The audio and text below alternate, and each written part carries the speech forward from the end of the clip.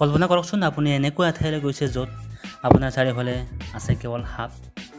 আপোনাৰ কেনেকুৱা লাগিব বাৰু? বন্ধুসকল, আহকচোন আজি আমি এনেকুৱা এখন ঠাইৰ বিষয়ে জানিম যিখন ঠাই সাপৰ সাম্ৰাজ্য বুলি আজিও পৃথিৱী বিখ্যাত হৈ আছে।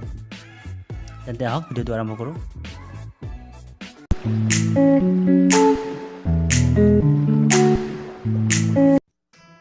ব্ৰাজিল স্থিত এটি দ্বীপ ইলহা দা কুইমাদা গ্ৰেণ্ডি। এই দ্বীপটোক সাপৰ দ্বীপ বুলিও কোৱা হয়। আটলাণ্টিক মহাসাগৰত থকা এই দ্বীপটো আকাৰত সৰু আৰু ইয়াৰ ঠাই বিশেষে বৰ্ষাৰণ্য, শিলাময় ভূমি আদি বিৰাজমান।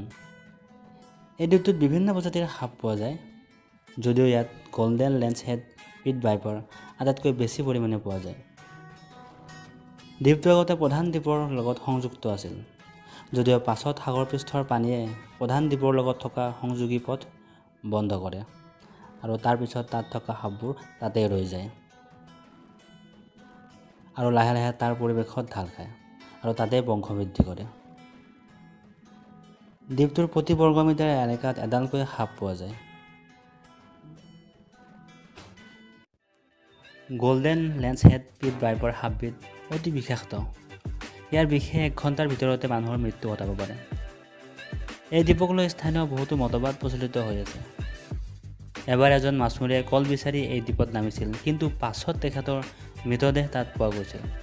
তেখেতৰ গাত সাপে খুটাৰ বহুতো চিন পোৱা গৈছিল। দ্বীপটোৰ লাইট হাউচ পৰিচালনাৰ বাবে তাত এটা পৰিয়াল বাস কৰিছিল, কিন্তু কেইদিনমান পাছত তাত গোটেইকেইজনৰ মৃতদেহ পোৱা গৈছিল। ব্ৰাজিল চৰকাৰে এই দ্বীপত যোৱা বন্ধ কৰি দিছে। কেৱল মাত্ৰ নেভি কমাণ্ডোহে এই দ্বীপত যাব পাৰে। চৰকাৰে এই ক্ষেত্ৰত বিশেষ সতৰ্কতা অৱলম্বন কৰিছে, যদিও এই ঠাই এতিয়াও পৰ্যটকৰ বাবে আকৰ্ষণৰ কেন্দ্ৰবিন্দু হৈয়ে আছে।